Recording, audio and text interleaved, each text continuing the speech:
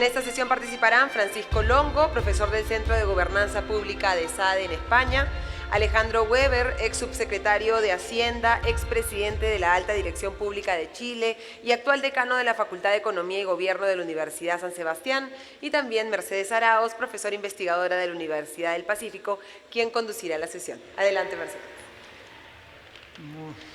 Muy buenas tardes ya, porque estamos al mediodía. Para mí es un gusto inmenso estar aquí con Francisco y con Alejandro en un tema que creo que es prioritario para todos nosotros. Hace poco hemos tenido el Premio Nobel de Economía, dos personajes, a tres en realidad, pero está Acemoglu y Robinson, que es más conocido, son autores más conocidos aquí, que hablan de la institucionalidad de los países como una herramienta para que estos países se diferencien entre los que son extractivistas y los que son más inclusivos, los que permiten un desarrollo inclusivo o los que simplemente toman ventaja de las circunstancias cuando tenemos un Estado débil, con falta de instituciones, y cuando hablamos de instituciones hablamos de buenas reglas de juego. En el Perú hemos visto un deterioro de eso, y hemos visto sobre todo un deterioro de los equipos técnicos, porque hemos visto estos cambios continuos de ministros, digamos, todo este juego que ha deteriorado de manera muy fuerte el desarrollo de nuestro país. Sin embargo, creo que es clave que pensemos que tenemos que tener un sistema que nos ayude a desarrollar estas capacidades técnicas a largo plazo. El primer intento reciente para el país fue la idea de tener una ley, la ley Servir, que era una ley que promovía el desarrollo de una meritocracia dentro del Estado. Pero esto ha sido perforado enormemente y no estamos viendo que esto tenga ahora un buen resultado, más bien pareciera se quiere eliminar esa ley. Creo que tenemos que volver a pensar que los funcionarios públicos son los que ejecutan estas políticas públicas, son los que crean, porque también diseñan políticas públicas, y son los personajes que, suelo decir, están en mayor riesgo. Mayor riesgo porque no tienen certeza de cuál va a ser su carrera pública. No tienen una carrera, que ese es un problema serio. No tienen una mirada de largo plazo. No podemos por ello traer a los mejores estudiantes de las universidades privadas y públicas a trabajar al Estado. No tienen ni siquiera un mínimo de protección frente a sus decisiones, porque una mala interpretación de la Contraloría o alguien en la prensa puede terminar llevándolo a la Fiscalía y hasta a juicios donde están condenando a personas inocentes para conseguir otro propósito, no interesando el rol de esas personas. Conocemos a varios de nuestros amigos que están afectados por esa razón. Entonces comenzamos a preocuparnos, ¿cómo vamos a desarrollar buenas políticas públicas para un crecimiento adecuado, para un desarrollo completo de nuestro país? Y no hablo solamente a nivel nacional, sino a nivel subnacional, por ejemplo. ¿Cómo preparamos a las personas para que participen en la acción pública y los ciudadanos sientan confianza frente a un servidor público? El servidor público está para eso. Y hoy día hay un grado muy alto de desconfianza frente a ello.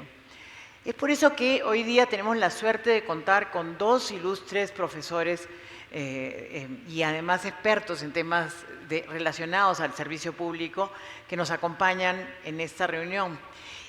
No quiero tomar el tiempo y quiero llevarlo ya de una vez a que podamos conversar sobre esos temas, así que le pido al primer expositor, el profesor Francisco Longo, que viene de SADE, a ayudarnos a entender este fenómeno y cómo podemos mejorarlo ahora desde el Perú, conociendo la experiencia española.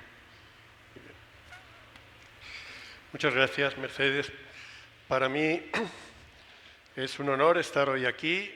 Agradezco vivamente a IPAES su invitación y el poder compartir con ustedes estas breves reflexiones sobre un tema que me parece realmente importante. A estas alturas del CADE, creo que sería absolutamente ocioso resaltar la importancia del papel del Estado en el funcionamiento de la economía del país y en el progreso y el bienestar de la sociedad peruana.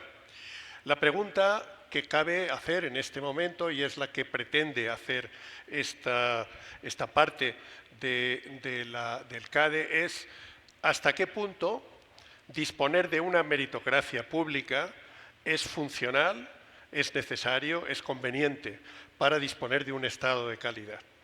La respuesta que dan los países, los expertos, los estudiosos a esto es absolutamente unánime.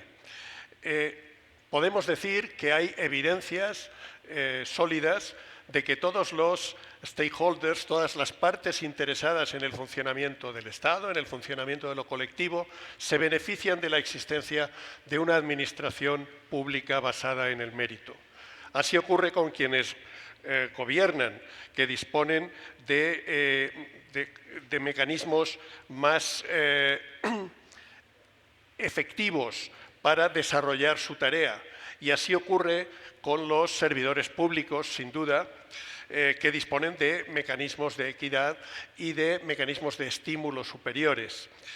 Pero así ocurre sobre todo con los ciudadanos y con los usuarios de los servicios públicos y así sucede también, nos lo recordaba en una mesa anterior, el señor Loaiza del Banco Mundial, hablando de la importancia para los mercados y para el funcionamiento de la economía de disponer de servicios públicos de calidad. Esto es indiscutible. Yo quisiera ir un poco más allá. Como síntesis de todo esto, podemos decir que disponer de una meritocracia pública es un requisito para que podamos hablar auténticamente de una democracia de calidad. ¿Podemos decir que hay democracia sin meritocracia pública? Sí, podemos hacerlo. Podemos hacerlo rebajando los estándares de esa democracia. Lo que no podemos decir es que puede haber Estado de Derecho sin meritocracia pública. Y una democracia que no es un Estado de Derecho como tal, está privada de los elementos de seguridad jurídica y de estabilidad básicos para que funcione la economía y para que la sociedad supere sus desgarros y sus problemas. Podemos decir en este sentido que una meritocracia pública, una administración profesional basada en el mérito, es un dique a lo que llamaría el politólogo peruano Alberto Vergara el vaciamiento democrático de la sociedad. Esto implica hablar de una meritocracia para construir la cual necesitamos dos tipos de mecanismos institucionales diferentes. Mecanismos formales, es decir, constituciones, leyes, estructuras, procesos formalizables, órdenes, instrucciones, todo aquello que puede de algún modo escribirse y compartirse sobre esa base. Pero necesitamos también mecanismos informales. Antes hablaba Mercedes y se ha hablado anteriormente de los 3 nuevos premios Nobel de Economía. Antes que Acemoglu, Johnson y Robinson, hace muchos años más habló de instituciones otro premio Nobel, Douglas North, que es de algún modo el padre de esta idea de que hay instituciones formales e instituciones informales. Esas instituciones informales, que son las normas no escritas, las tradiciones, los valores, el sentido de lo que es apropiado, son tan importantes como las primeras y hay un problema con ellas, que es que estamos acostumbrados, por difícil que a veces sea hacer leyes o cambiarlas, sabemos cómo hacerlo o por lo menos cómo intentarlo, pero sabemos mucho menos de cómo cambian las rutinas democráticas, de cómo cambian las costumbres, de cómo cambian los valores. La primera vez que yo vine a América Latina, hace ya muchísimos años, me di cuenta de que casi todos los países disponían de leyes de servicio civil meritocráticas. El problema era el grado de cumplimiento efectivo de todo eso. Y por lo tanto, el adentrarnos en los elementos intangibles, informales de la institucionalidad, continúa siendo, desde mi punto de vista, un reto importante. ¿Qué nos dice la evidencia comparada más sólida? Aquí les muestro uno de los muchos estudios que se han desarrollado al respecto. Este es de la Universidad de Göteborg, del Instituto de Calidad del Gobierno. Nos viene a decir, una administración profesional hay evidencias sólidas de que impacta sobre la reducción de la corrupción, la mejora de la efectividad del gobierno y la capacidad, esto es importante sobre todo en los tiempos que vivimos, la capacidad de los poderes públicos para cambiar. Y lo importante no es crear un régimen propio y diferente, lleno de sistemas rígidos y de reglas especiales, sino separar con claridad las carreras políticas y las carreras profesionales de los servidores públicos. En definitiva, profesionalizar exige crear meritocracias flexibles. ¿Cómo llegar a ellos? Y antes de nada, ¿cómo medirlas? Hace ya bastantes años, concretamente en 2002, el Banco Interamericano de Desarrollo, el BID, me encargó elaborar una metodología de análisis de sistemas de servicio civil en la región. Este marco analítico que yo elaboré y el banco hizo suyo, inspiró además el mismo modelo, la Carta Iberoamericana de la Función Pública, y ha sido objeto de evaluaciones, ha sido el instrumento para evaluar sistemas de servicio civil en la región durante los años transcurridos, durante los 22 años transcurridos desde entonces. Pues bien, en el Perú fueron 2005 y 2015 los años en que se relevó esta información y la última de ellas es de 2022. ¿Qué nos dice el informe del BID sobre el servicio civil basado en esta metodología?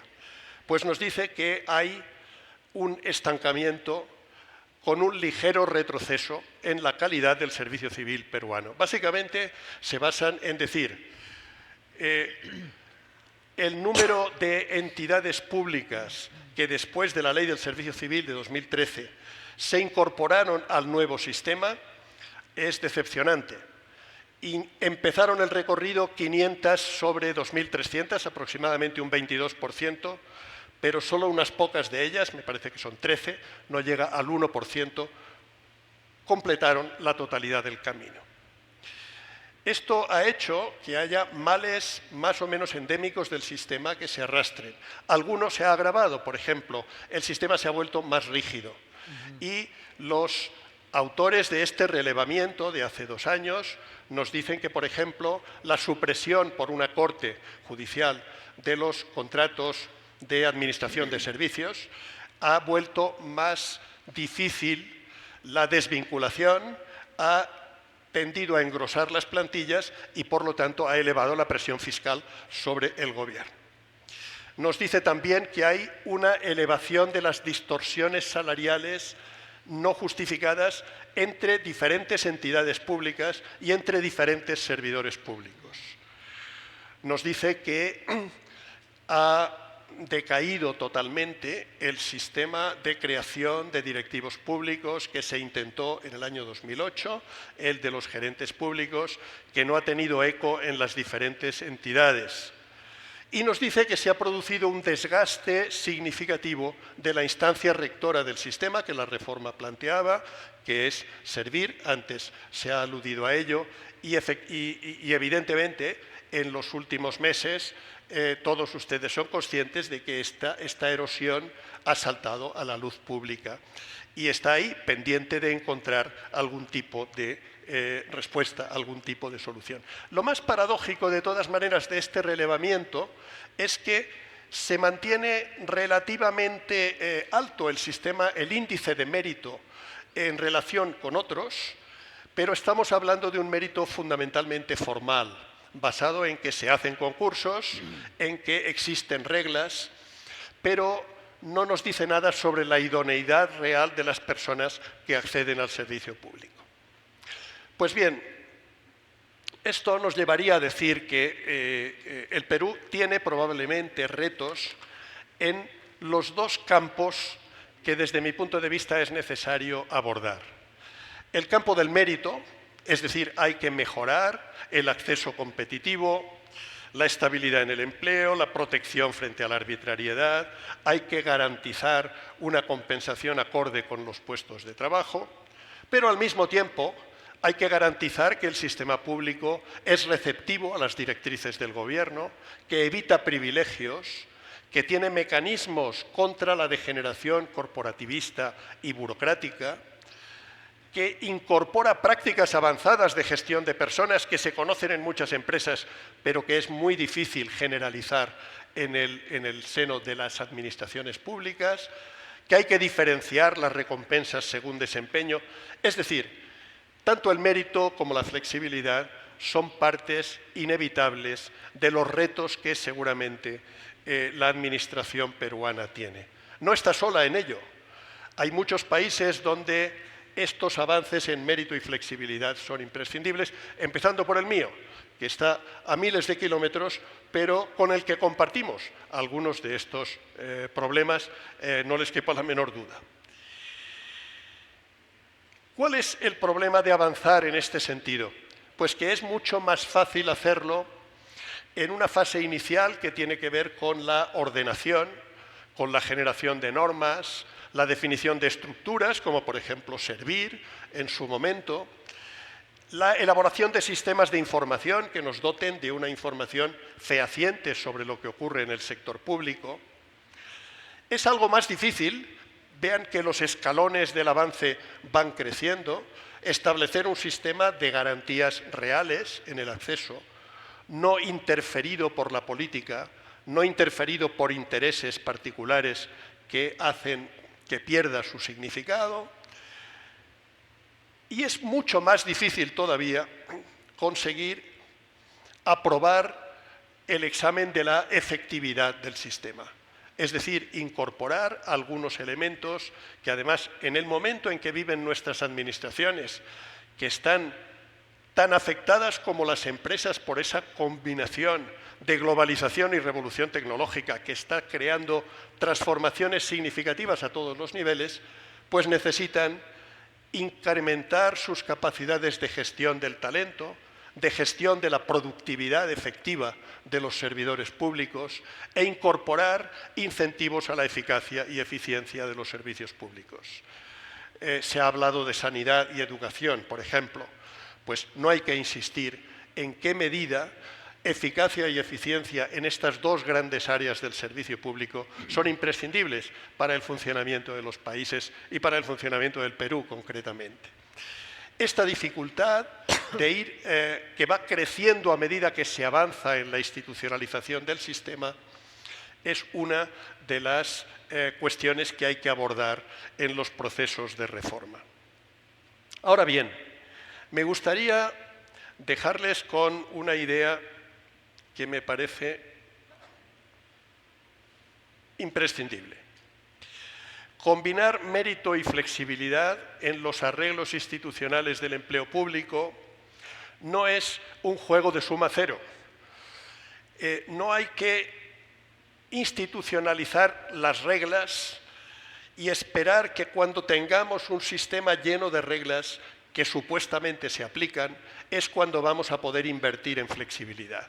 Esta teoría de las dos etapas, que algunos organismos multilaterales defendieron en el pasado, se ha demostrado como no válida. Hay que avanzar en las dos líneas al mismo tiempo. Hay que crear meritocracias flexibles y hay que hacerlo porque las políticas flexibles apoyan la idoneidad, el desarrollo y el rendimiento del sistema y porque además el fortalecimiento y la socialización del mérito incrementan a su vez la flexibilidad, las posibilidades de que el sistema sea flexible.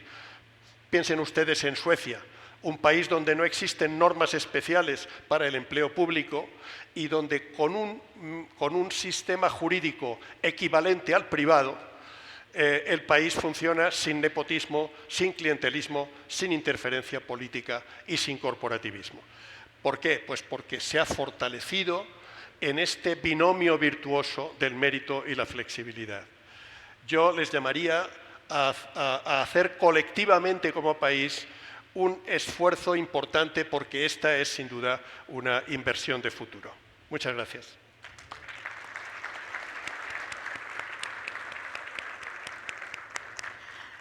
Muchas gracias, Francisco. Bueno, nos deja esta idea de mérito y flexibilidad. Es cierto, el sistema de Servir era un sistema muy práctico en su inicio iba aplicándose poco a poco supuestamente, pero faltó compromiso político y o sea, habiendo salido la idea del MEF, no se le dio presupuesto. Pero a la misma vez, los que trabajaban en Servir convirtieron esto en un sistema sumamente rígido y muy burocrático. Y eso le quitó esa flexibilidad que hizo que al final de cuentas muchas instituciones decidieran pedir al Congreso una ley que los exonerara de ello. El Banco Central de Reserva, que es una de las instituciones más prestigiosas del Perú, pidió esa exoneración. La Superintendencia de Banca y Seguros, que es otra institución prestigiosa, también, porque no tuvimos la flexibilidad. Entonces creo que esa reflexión es importante, porque no hemos avanzado como deberíamos en un diseño adecuado de servicio público, pero también lo hemos encasillado de tal manera que al final del día, claro, los políticos aprovechan y también exoneraron al Congreso de esa restricción, pero no debimos haberlo hecho, creo que debimos haberlo hecho de una manera adecuada a las necesidades de la función que vamos a desarrollar, como sería en cualquier empresa, ¿no? Creo que todo el mundo se adecúa a las funciones que realiza finanzas, que realiza compras, en fin, no podemos obligar a todos a estar en un mismo paquete. Bueno, me quedo en eso y le doy la palabra ahora más bien a alguien que está en una agencia similar a Servir, dirigiéndola, como es Alejandro Weber, para poder comentarnos un poco sobre su mirada, de la perspectiva de lo que ha pasado en Chile y también de su experiencia hacendaria, porque estas dos cosas van unidas. Creo que es muy relevante entender que el precio que pagamos por no tener una meritocracia en el servicio público se ve en las dificultades que tenemos en lograr los objetivos que cualquier Ministerio de Economía y Finanzas tendría para el desarrollo. Alejandro, por favor. Bien, muy buenos días, muchas gracias por la invitación. Somos la última presentación antes del almuerzo y agradezco que haya tanta gente presente porque siempre es difícil. Y quería saber si hay más chilenos presentes. ¿Hay algún chileno presente? Bueno, vamos a ver si algo de lo que yo diga hace sentido en virtud de la realidad de nuestro país. Uno siempre habla desde un lugar, ¿no? Hoy día yo hablo desde la universidad, la academia, pero uno no puede desconocer su pasado y dónde estuvo. Me tocó ser viceministro de Hacienda, que en Chile es el dueño de la billetera fiscal, y supervisar la agenda de modernización del Estado en Chile. Y nos tocó enfrentar el estallido social y la pandemia. Así que hay hartas heridas en el cuerpo. Y en virtud de eso uno puede ir viendo qué cosas de la teoría más o menos funcionan y qué cosas realmente no son aplicables. Y parte de esos aprendizajes es que queremos presentar en esta sesión.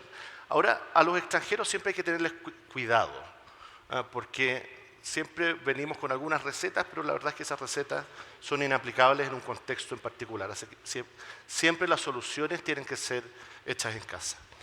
Dicho eso, quiero que nos pongamos de acuerdo sobre un elemento general de contexto que a mi juicio es imprescindible. Y por eso es que me hizo tanto sentido la presentación o el panel de las 9 de la mañana. Yo quiero estar también en ese panel, porque todo lo que dijeron es como si estuviésemos hablando de Chile. Tenemos exactamente los mismos dolores, las mismas miserias, pero también las mismas esperanzas. Y cuando uno mira al Estado, la pregunta es, bueno, pero la meritocracia, ¿en qué contexto se desarrolla? Y yo los quiero invitar a primero, es que un Estado con más mérito y por lo tanto con más capacidades institucionales es un motor central para el crecimiento económico. Segundo, y con todos los apellidos que ustedes quieran, podemos hablar de sostenibilidad, inclusión, pero fundamentalmente crecimiento económico, de mejorar los servicios o prestaciones a los usuarios y de construir confianza. Si hay algo que se ha deteriorado en nuestros países es la confianza de las personas y sus instituciones y la relación entre el sector público y privado. Sin ir más lejos, hace algunos días atrás, el presidente de la República en Chile señaló que la falta de crecimiento económico e inversión en nuestro país se debía al pesimismo ideológico de los empresarios. Declaraciones que luego fueron matizadas. Yo me imagino que ustedes tienen una respuesta clara para eso, ¿no? Y por lo tanto, modernizar el Estado y la calidad de las instituciones es un imperativo para el desarrollo. Esto ustedes ya lo vieron, pero nuestros países comparten los mismos dolores respecto al crecimiento. No miremos solamente el PIB en general, miremos el PIB per cápita. Y en nuestros países el PIB per cápita está estancado hace al menos una década. En Chile el PIB de tendencia hoy día es 1,8% y el crecimiento real proyectado es 2%. Eso es un poquito más que el crecimiento de la población. Es imposible generar mayor bienestar en esas condiciones. Y si lo vemos desde el punto de vista de la inversión, porque mucho se habla de cambiar las reglas del juego, regular, desregular, pero la pregunta es cómo administramos los recursos de todos los peruanos con las regulaciones existentes. Y ahí ustedes pueden ver en Chile los proyectos de inversión que pasan por el sistema de evaluación ambiental. Allí están los grandes proyectos, el 80% de la inversión en nuestro país. Prácticamente con las mismas reglas del juego, el año 2013, 10 años atrás, se aprobaban proyectos por 30.000 millones de dólares. Eso es equivalente a cerca de 10 puntos del PIB. El año pasado se aprobaron proyectos por 11.000 millones de dólares. Es decir, un tercio de lo que aprobábamos hace 10 años atrás, prácticamente con las mismas reglas del juego. Entonces, ¿qué ha cambiado? ¿Qué es distinto? Y evidentemente las capacidades del Estado y la gestión o los déficits de gestión pública tienen una respuesta para eso. Pero el estancamiento y la falta de modernización del Estado, que es una de las causas centrales, tiene impactos también en resultados sociales que veíamos al inicio, pobreza y desigualdad.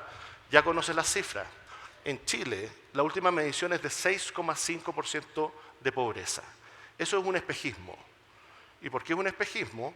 Porque por las ayudas del Estado en pandemia y el desahorro generado por el populismo en política representado por los retiros previsionales, finalmente tenemos ingresos transitorios para las familias que no van a permanecer en los próximos años. Y por lo tanto, la pobreza en Chile va a aumentar. Y la desigualdad no ha caído a las tasas que debieran caer, considerando la capacidad de producción del país. Pero los estados, y en esto la meritocracia tiene mucho que decir, cumplen un rol redistributivo esencial. Y la pregunta es, con las políticas sociales que desarrollan los estados, Chile, Perú, ¿se reduce la desigualdad o no se reduce? Y la verdad es que quedamos prácticamente igual después de la acción de los impuestos y las transferencias. No así la OCDE. La OCDE baja significativamente la desigualdad. Nosotros no somos capaces de implementar políticas efectivas para poder hacerlo. Y por el otro lado, el empleo público y la meritocracia, tenemos que ver cuánto cuesta y cuáles son los trade-offs. Y hemos visto en general cómo los déficits fiscales en nuestros países han aumentado con el tiempo. ¿Por qué?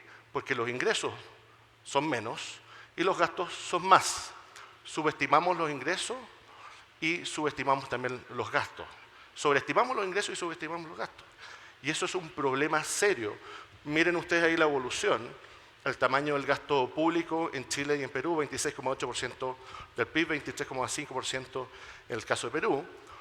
Y cuando uno mira la evidencia comparada y revisamos qué pasa con Sudamérica y Europa respecto del PIB per cápita y el gasto público, vemos que mientras en Sudamérica a mayor PIB per cápita, mayor gasto público como proporción del PIB, en Europa es al revés. A mayor PIB per cápita, menor gasto público como proporción del PIB.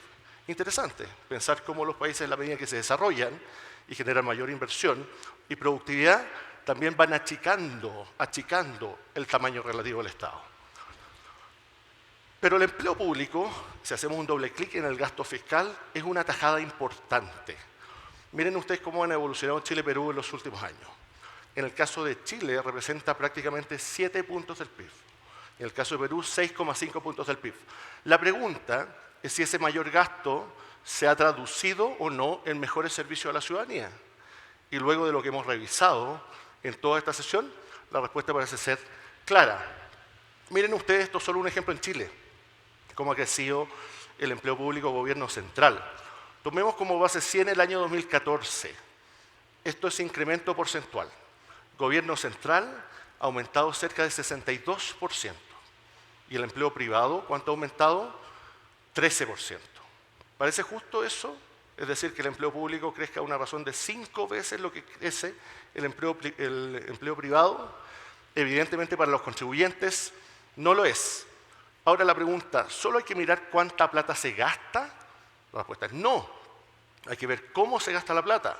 Veíamos en el panel de las 9 de la mañana cómo hay una serie de medidas respecto de seguridad pública y crimen organizado que se pueden implementar para que la policía esté en la calle y no tomando decisiones administrativas.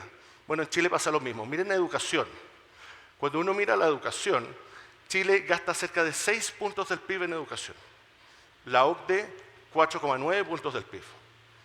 Pero ¿cuáles son los resultados de las pruebas estandarizadas? ¿Alguien podría decir que Chile o Perú tienen mejores resultados en aprendizaje que los países de la OCDE? Y la verdad es que no es así.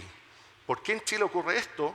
Porque hay un dicho chileno que dice: tenemos mal pelado el chancho. Se reparten mal los recursos. Gastamos demasiado en educación superior y muy poco en educación primaria, donde tenemos que enfatizar el esfuerzo y que, dicho sea de paso, es el elemento central si es que queremos mejorar la productividad, que está estancada por lo menos hace 15 años.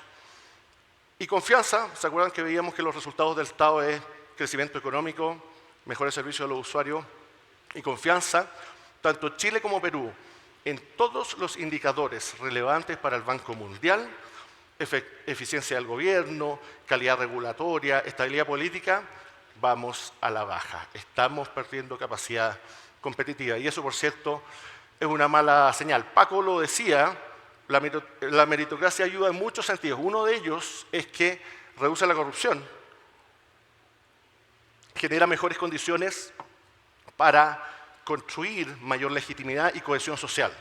El Estado no solamente transacción, también todo lo que hace el Estado y las autoridades públicas generan mayor cohesión social. La pregunta es si tenemos las autoridades públicas que necesitamos y si estamos convocando a las mejores personas al sector público. Hagamos un ejercicio simple.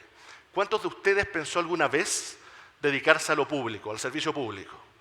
Ser ministro, viceministro, candidato a algo. Levanten la mano, por favor. ¿Cuántos pensaron? 10%. Bueno, en Chile pasa más o menos lo mismo. Antes participar del sector público era un privilegio, era un honor, era honroso. Hoy día participar del sector público, los malos se dedican a las políticas públicas, aquellos que tienen un costo de oportunidad bajo. Eso no puede ser. Pasa lo mismo con la educación. Los mejores tienen que ser profesores. Culturalmente no es reconocido y el mercado tampoco lo reconoce. Entonces, si tenemos a profesores ganando, en el caso de Chile, 600, 800 o 900 dólares, es imposible avanzar en una disputa tan importante como la educación. Esto usted ya, Paco, lo revisó en detalle, así que no me voy a detener, porque conocen mejor que nosotros lo que está ocurriendo en el servicio civil peruano, pero sí quiero contarles un poco más de los dolores que hemos visto nosotros y los fracasos que hemos tenido también en Chile. Porque a veces, cuando uno sale del país, quiere contar siempre la película bonita, pero uno aprende más bien de los fracasos, de lo que no sale bien. Y el servicio público en Chile no funciona bien, no está funcionando, no está incentivando la inversión, no está entregando mejores servicios en educación y salud, donde tenemos brechas enormes, no estamos combatiendo bien la delincuencia y el crimen organizado, y suma y sigue. Y una de las grandes reformas para poder avanzar en desarrollo es la modernización del Estado. Pero en el Estado hay muchas cosas. Pero hay dos elementos que son centrales. Uno, la regulación, es decir, si las reglas del juego incentivan o no estar listo para generar inversión y crecimiento. Y por el otro lado, las personas, que además representan 7% del PIB o 20% del presupuesto de la nación todos los años. Esos dos componentes. Y respecto de personas, la gran reforma pendiente, a mi juicio, en Chile y en Perú, es el empleo público. A mí me tocó conocer, cuando recién estaba partiendo la ley del servicio civil en Perú, y la ley detallamente, hice una asesoría a través de la OCDE, del BID, y vine a revisar la experiencia peruana. Y lo primero que pude entender es la forma perfecta en que está redactada la ley, que es un libro fantástico, del cual pueden aprender todos los universitarios y escolares, pero era evidente que su implementación iba a ser prácticamente imposible. Y lo primero que recomendé en ese momento es simplificar, priorizar y ser pragmáticos. Uno no puede depositar un libro de texto en una ley, porque lo que necesitamos es ver si tenemos las capacidades reales para implementar transformaciones con resistencias y costos políticos que son enormes. Ahí pueden ver ustedes a su mano derecha el print del proyecto de ley que me tocó redactar y que fue el último proyecto de ley que firmó el presidente Sebastián Piñera para modernizar el empleo público en Chile. Y este régimen, ¿qué es lo que incorporaba? Flexibilidad en la meritocracia, cambio del régimen contractual En Chile los funcionarios públicos no pueden ser desvinculados. Es imposible. Pero los buenos funcionarios públicos tampoco pueden ser promovidos. El costo fiscal mensual para un contribuyente de un funcionario público es de $2.600 al mes, costo mensual, cuando la remuneración promedio en Chile es de $850 al mes. ¿Tenemos opciones de desarrollo? No las tenemos. ¿Y qué es lo que tratamos de hacer en ese momento?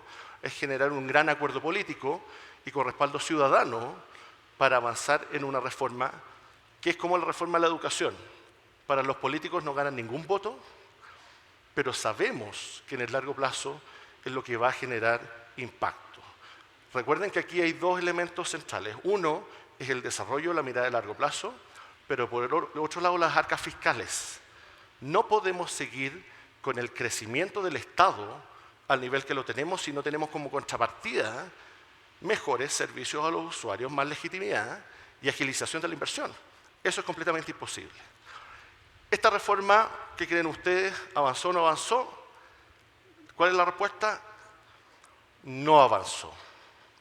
El gobierno actual decidió no tramitarlo, en su legítimo derecho, pero hoy día, y dada cierta coyuntura, como por ejemplo paralizaciones masivas de grupos de funcionarios públicos que en la práctica entregan servicios que son monopólicos, se está generando cierta conciencia de la necesidad de avanzar en esto. ¿Y por qué monopólicos? Porque más allá de la seguridad e identificación, que es evidente, los sectores más vulnerables no pueden elegir entre la salud pública y la privada. No pueden elegir entre la educación pública y la privada. Es simplemente lo que el Estado puede entregar. Por eso, a mi juicio, no solamente hay un deber moral en avanzar en más meritocracia, también es un imperativo económico. No hay desarrollo posible volver a crecer al 4 o al 5% si no somos capaces de modernizar el Estado y ponerlo 100% al servicio de las personas. Muchas gracias.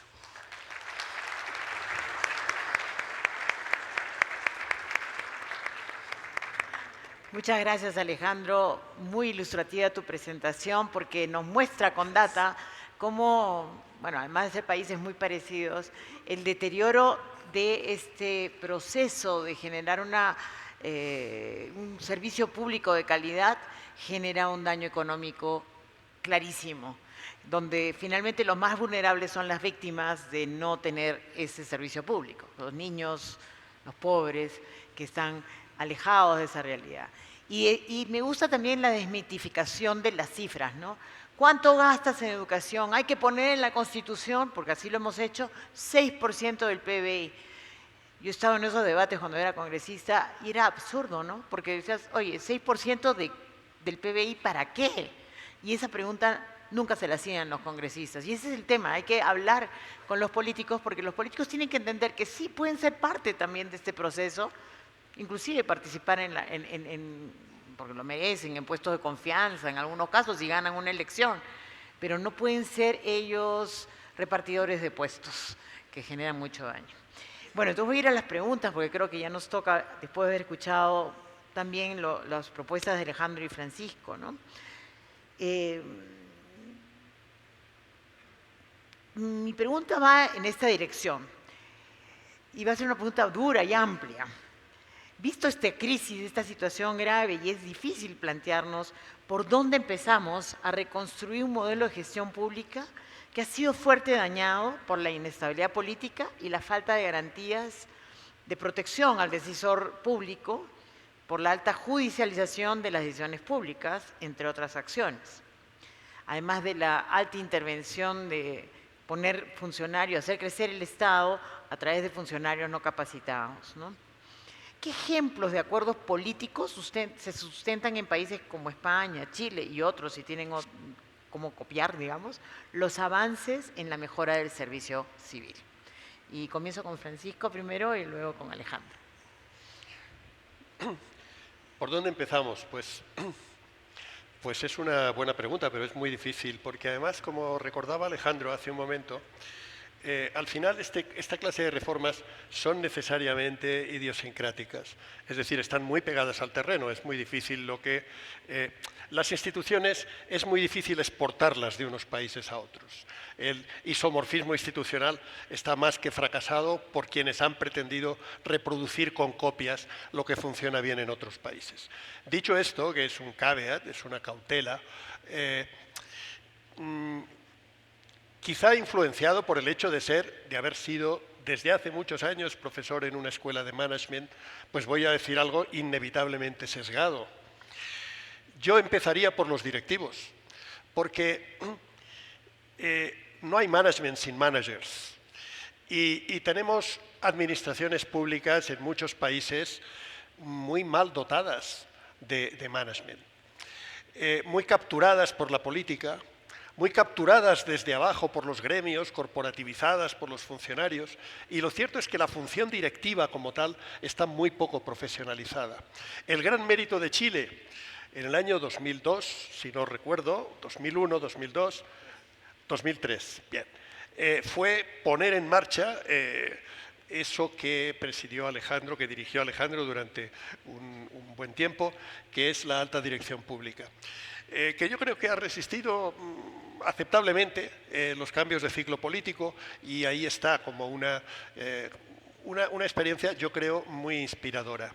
Ahora bien, poner en marcha un régimen de directivos públicos profesionales entra en contradicción con las pretensiones de la política de capturar la administración para utilizarla como un recurso político, y esto es una tradición en la región bien conocida. Yo recuerdo el libro de Bárbara Guedes, una brasileña, El dilema del político, es del siglo pasado y reproducía fielmente cosas que forman parte de las prácticas actuales en muchos países.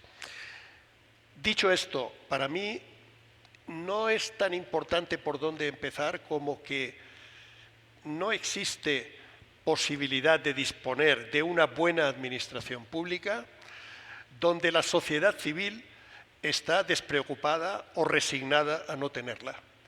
Desde mi punto de vista, hay algo que yo con frecuencia hablando a empresarios españoles les he dicho.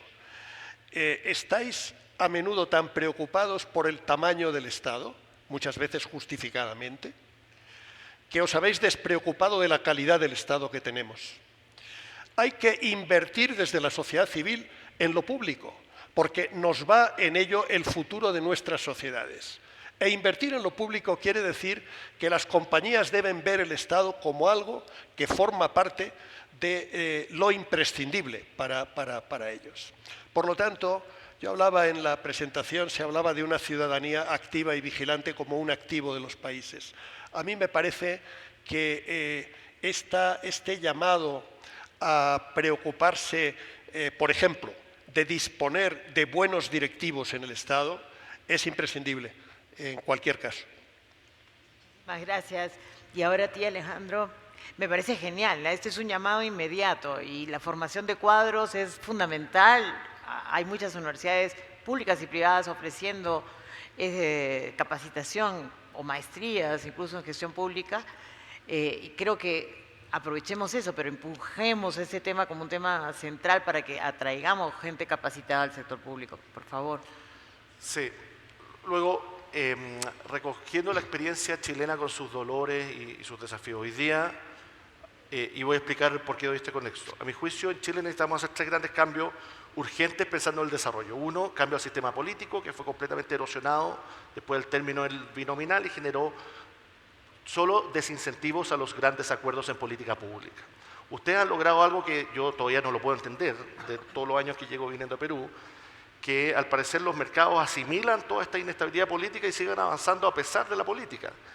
En Chile es completamente distinto. En Chile la economía es completamente dependiente de la estabilidad de los ciclos políticos y de la confianza institucional. La segunda reforma es a la educación y la tercera al empleo público. ¿Por qué menciono estas 3? Porque en las 3 se generan ciertos acuerdos generales, pero la verdad es que a la hora de los que hubo, como decimos en Chile, cuando hay que tomar la hora de la verdad y hay que tomar la decisión, nadie quiere tomar la decisión. porque los beneficios son para el próximo gobierno, para el próximo diputado, para el próximo senador y no para el actual. Por eso es que es tan importante que, así como lo escuchaba yo en otro momento, la sociedad civil organizada, los grupos intermedios, los gremios, coloquen en la agenda estos temas que son de largo plazo. Y la verdad es que la política en general se encarga de mirar la coyuntura, la próxima elección, qué pasa en los próximos 2 o 4 años. Pero ¿quién está mirando qué va a pasar en Perú los próximos 35 años, los próximos 40 años? Y que hay que construir para llegar bien parado a ese escenario. Yo comparto con Francisco que en una situación como la que estamos hoy día, es fundamental priorizar y ser pragmático. ¿Vamos a poder cambiar el régimen de empleo público general en Perú y avanzar en flexibilidad? Yo creo honestamente que no. Pero el cuerpo directivo sí puede tirar el carro hacia adelante, y la alta dirección pública en Chile, que ojo, no es que gente muy iluminada se haya sentado a decir nosotros creemos que hay que cambiar el sistema de alta dirección pública. No, esto fue después de una crisis en el gobierno del presidente Lagos, gran acuerdo entre oposición y coalición gobernante, porque si no llegaban a ese acuerdo, entonces el propio presidente y la institución presidencial corrían riesgo. Por lo tanto, todos los cambios relevantes en modernización del Estado en general son después de crisis profunda, y eso es lo que gatilla o encamina generar esas transformaciones. Muchas gracias. Un tema que también creo que mencionó el profesor Alejandro, perdón, no Alejandro, sino fue el profesor Longo, fue el tema de estas reglas de juego culturales, estos temas que son más bien condicionantes, que están un poquito alejadas, pero eso significa también entrar en un lavado de cerebro, más o menos, de cómo nos comportamos, ¿no? Entonces creo que es bien importante también los incentivos para esos cambios comportacionales. ¿Cómo lo verías tú, por favor, Francisco? Bueno, yo creo que el cambio real es el que se traslada a la mente de las personas, el que pasa de los boletines oficiales y de los diseños de estructuras al funcionamiento real de la sociedad. El cómo transformar los modelos mentales de las personas, pues tiene mucho que ver con la tenacidad a la hora de plantearse las reformas y con la construcción, como tú dices, de incentivos y de desincentivos a la marcha atrás, es decir, con la consolidación, con la congelación de las reformas a lo largo del tiempo. Esto es evidentemente un problema de liderazgo, pero es un problema también colectivo del conjunto del país. Por eso yo insistía en la dimensión colectiva y en la dimensión de sociedad civil que tiene el asunto. El repertorio de incentivos es múltiple y, por lo tanto, en cada caso habría que ver cuáles son los más eficaces para hacer frente a esos problemas que comentaba Alejandro, que son totalmente ciertos: la brevedad de los ciclos políticos, la falta de popularidad de ciertas medidas, el no querer invertir en algo que serán otros tal vez los que aprovechen, etcétera. Pero por eso dotar de continuidad a todo esto creo que exige cada vez más un esfuerzo colectivo. Y yo creo que en el caso de Perú, a mí me preocuparía que la erosión, por ejemplo, de Servir, a la que aludías, se consolide de alguna forma, porque un sistema de empleo público meritocrático a la altura de las necesidades de este tiempo no funciona sin una instancia rectora. Tal vez sea el momento para el Perú, yo no lo sé, no tengo datos suficientes, para refundar Servir, para reformular el papel de esa instancia rectora, para dotarla de capacidades, recursos e incentivos que quizá no ha tenido. Pero no es el momento de eliminar una instancia rectora del sistema, porque esto supone, de algún modo, un planteamiento algo suicida respecto de la posibilidad de esta administración que creo que el país necesita. En estos últimos 30 segundos, ¿tú qué piensas sobre el tema de los incentivos y desincentivos? Sí, la verdad es que en términos generales, cuando uno piensa en reformas de este tipo, siempre tiene que pensar en los ganadores y los perdedores, porque siempre hay ganadores y perdedores. Y la pregunta es cómo priorizamos o ponemos el foco en eso. Ahora, en el caso de la alta dirección pública en Chile, es un buen ejemplo de las expectativas sobre lo que puede hacer o no puede hacer una política pública. Y uno puede construir esperanzas de dos formas, con discursos bonitos y palabras que se las podemos dejar al marketing, o con trabajo duro y expectativas realistas que se cumplan. La alta dirección pública nació como una forma de romper el clientelismo y profesionalizar el Estado. Y eso es lo único que le podemos pedir. ¿Qué significa eso? Que estos 1.200 cargos, no es más que eso, son 1.200 personas, directores de servicios, segundos niveles, que empujan la ejecución de políticas públicas. Cuando llegan a sus posiciones, algunos son de derecha, otros son de izquierda, otros son rojos, otros son amarillos, y eso da un poco lo mismo. Lo importante es que llegan allí con las capacidades para poder ejercer una función. No les podemos pedir o no le podemos pedir a estos sistemas crear una sociedad de blancas palomas, porque eso no existe. Entonces, crear expectativas realistas sobre lo que una reforma puede o no puede hacer es esencial. Muchas gracias. Otra pregunta que tengo aquí está relacionada justamente del tema de servir, porque creo que, digamos, si algo aprendemos del sector privado es que hoy día las gerencias de recursos humanos o gestión del talento se han vuelto prioritarias, porque son las que hoy día están viendo todas las reformas que se vienen por la inteligencia artificial, por los cambios que está dando la sociedad y la economía en su conjunto. Y generalmente se desarrollan binando los propósitos de la empresa y las funciones que se hacen dentro de la empresa. O sea, no hacen cosas hechas como generalidades para todo el mundo, ¿no? Servir pretendía ser esa gran agencia para nosotros en el Perú. Yo creo que empezó pensando en la capa superior justamente, pero después se le generalizó para todo. Creo que ahí perdió un poco el rumbo porque quiso ser perfecta y no útil inmediatamente. Sin embargo, vuelvo a decir, no ha habido los compromisos políticos, no se les dio los recursos para avanzar, ni en el propio Ministerio de Economía y Finanzas que decidió entrar a servir, habían los recursos para hacerlo, ¿no? Y con unas exigencias de alta burocratización. ¿Cómo podríamos evitar los problemas que hemos generado para que no se instaure este tema de la burocratización nuevamente de una institución como esta, que yo creo que es de mucha utilidad?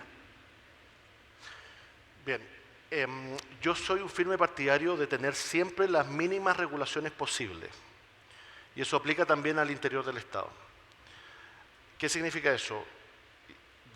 Yo no creo que un servir o una Dirección Nacional de Servicio Civil en Chile todopoderosa pueda hacer cambios sustantivos en la cultura, y además porque las instituciones de gobierno central siempre están más lejos de las necesidades finales de los usuarios. ¿Qué significa eso?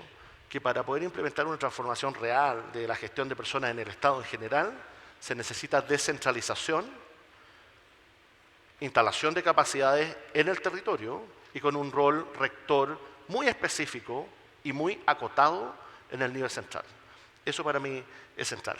Porque de lo contrario, lo que va a terminar pasando es que vamos a terminar asfixiando la última milla. Y la última milla es lo realmente importante, la atención en salud, en educación, en fin. Y lo segundo, que a mi juicio es central, es que es muy importante que estos temas, si es que son de prioridad de la autoridad política, enfatizo eso, tienen que estar donde está el poder. Si no están donde está el poder, pasan a ser completamente irrelevantes. En Chile el poder está en el Ministerio de Hacienda, porque ahí está la billetera. La pregunta es, en Perú, ¿es así? ¿Está instalado de esa manera? Porque de lo contrario siempre se subordina a otras prioridades. Ejercicio del poder, pero descentralización es la combinación que a mi juicio es la más eficiente para este tipo de política. Gracias. Y en esa línea, viendo el tema de estas normas informales otra vez que existen y tu propuesta de separar la carrera pública de la política, a veces se vuelve difícil, casi imposible, porque creo que si un partido gana, va a querer ocupar cargos públicos, normalmente esperemos que sean los de confianza realmente. Pero ¿cómo acostumbrarnos a que haya una carrera pública que sea de carácter más permanente y que tenga la memoria histórica de las buenas cosas que se han hecho? Bueno, lo importante es que si los incentivos de carrera del servidor público profesional están vinculados al progreso político de un partido, ahí se produce la contaminación en todos los sentidos. Este es un problema que tenemos en España, ¿eh? Es decir, no es un problema ni muchísimo menos privativo de la región. Los países lo resuelven de maneras diferentes. Por ejemplo, los británicos son extremadamente categóricos. Un servidor público no puede hacer política, no puede pertenecer a un partido político. Es así de drástico, así de contundente. ¿Es necesaria esa contundencia en todos los casos? Probablemente no. Lo importante es tener la idea clara y, sobre todo, diseñar sistemas de estructuras, procesos, incentivos en los que esté claro que el progreso profesional de los directivos se desarrolla por vías diferentes de la política. Quiero, si me permites, Mercedes, sumarme muy enfáticamente a la opinión de Alejandro sobre la necesidad de sistemas descentralizados. El Estado contemporáneo es demasiado complejo, demasiado diverso, necesita estar demasiado pegado al terreno para que podamos resolver a través de grandes leyes o a través de estructuras superiores los problemas que plantea.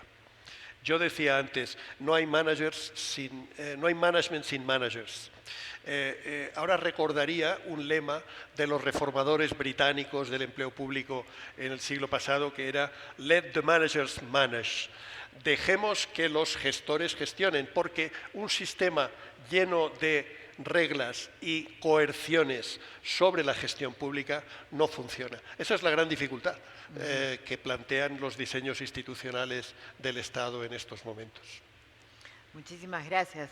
Bueno, ya estamos a la hora y creo que podemos sintetizar que aquí hay una invitación clara a que nosotros desde la sociedad civil organizada, desde los gremios, la academia, impulsemos una reforma que esté orientada a tener un servicio civil, sí, con meritocracia, lo suficientemente flexible y descentralizado. Creo que eso es un valor bien importante, porque a veces nos olvidamos, a veces venimos y confieso, habiendo estado en el Ministerio de Economía y Finanzas, ya con una orden del Ministerio de Economía y Finanzas llegar sin entender el problema que está pasando en el territorio.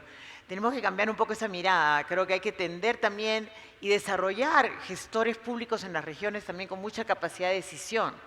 Es muy dramático a veces escuchar sus quejas. Me ha tocado dictar clases en estas clases a gestores públicos descentralizados y decirle, pero es que me ponen esta barrera, me ponen esta barrera, me ponen esta barrera y no puedo ejercer nada. Hay que invocar a los otros poderes del Estado, al legislativo, al poder judicial. O sea, la reposición de funcionarios que no funcionaron para el servicio civil es malísima y nos genera un costo muy grande económico, y donde vemos eso a diario es en las alcaldías, en los gobiernos regionales. Estamos paralizando la gestión, porque esos funcionarios tienen que ocupar los puestos que tenían antes, con lo que no hacen nada, ¿no? O sea, están con un puesto gratis. Entonces, el tipo de cosas que tenemos que comenzar a entender.